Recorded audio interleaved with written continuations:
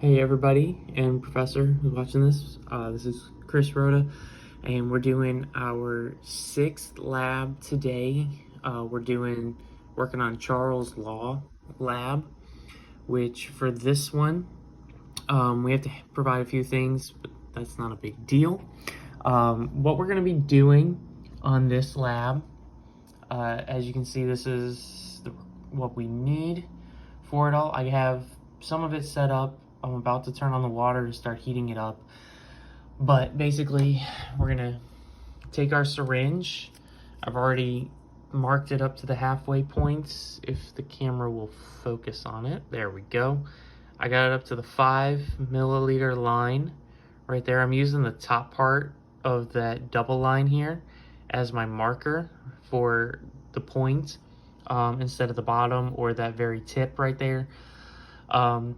But basically, I'm gonna heat up some water, put it into the styrofoam cup, and then I'm gonna place this into it after a little bit of time.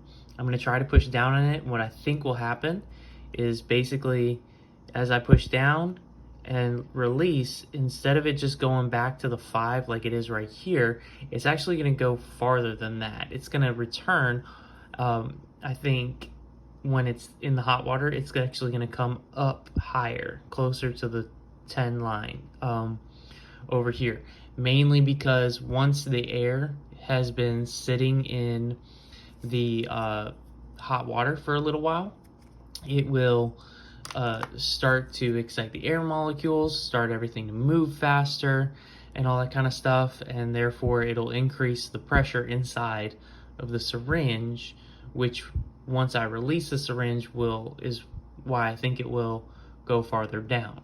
But we'll see if that actually happens when I do the lab.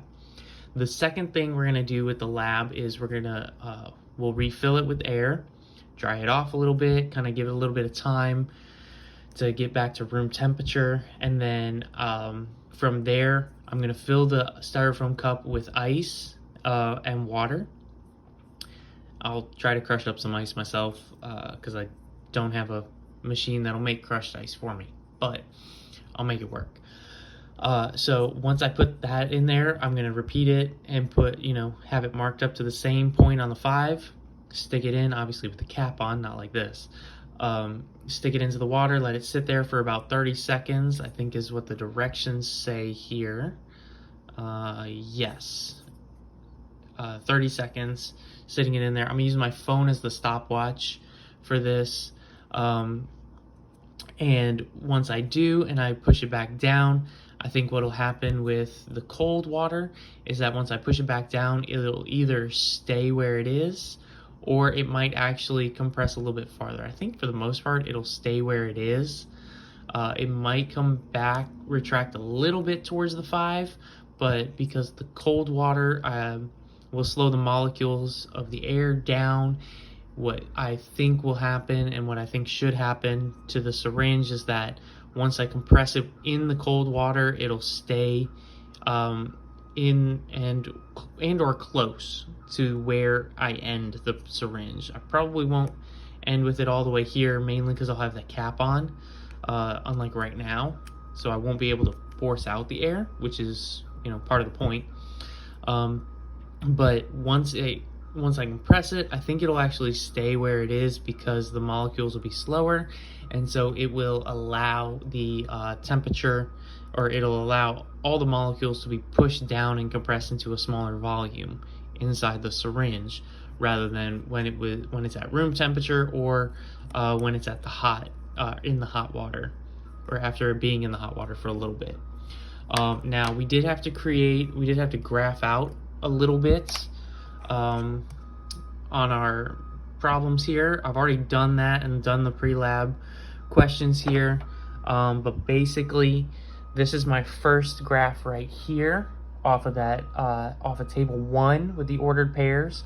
It's much more linear on this graph. I don't know if I was actually required to do this part, but on the paper, but I did it anyways because it was a lot easier actually just do it on a calculator. But my second graph I did on the back of here. Actually, you can see I did it in a much bigger scale. This one has a lot more of a curve to it, a lot more of a slope in it, but for this one, basically the first graph, here, as you'll see in my answers, when it gets graded and everything, the first graph, X and Y is a direct relationship, and then for the second graph, X and Y is an inverse relationship, which is why it's got that curve to it and everything, and also why as the X value goes up, the Y value decreases for it. But yeah, so we'll see what the results of this lab become after I finish filling in the table and everything here, and it'll be fun.